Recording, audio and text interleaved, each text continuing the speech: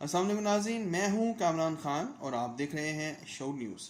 آپ کو بتاتے چلیں کہ آج جو ہے معروف تجزیہ نگار ہارون رشید نے اپنے پروگرام میں ایک بات جو ہے اس کو واضح کیا ہے کہ صدر زرداری نے کال کی میاں محمد نواز شریف کو اور ان سے کہا کہ ہم حکومت کا جو ہے تختہ الٹ سکتے ہیں، پنجاب سے اس کا آغاز کر سکتے ہیں، لیکن اس کے لیے ہمیں چودھریوں کو ملانا ہوگا۔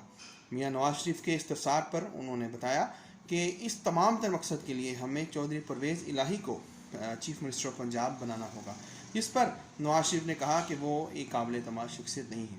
جس پر ہارون رشید نے کہا کہ نواز شریف جو ہے ان کی سوچ اونٹ والی ہے، کینے پرور ہیں وہ، اور وہ کینہ پرور اس لیے ہیں کیونکہ وہ معاف نہیں کرتے، وہ اپنے دل میں کینہ رکھتے ہیں۔ 1999 میں جب یہ حکومت ختم ہوئی تو 1997 میں ہونے والے الیکشنز میں انہوں نے وعدہ کیا تھا کہ پرویز الہی کو وزیر اعلیٰ پنجاب بنائیں گے، لیکن انہوں نے شہباز شریف کو وزیر اعلیٰ پنجاب بنایا، اور جس کے بعد کی ساری سٹوری ہمیں معلوم ہے۔ اور آج پاکستان جس جگہ پہ موجود ہے اس میں میاں نواز شریف کا کینہ جو ہے وہ شامل ہے، اور اس کے نتیجے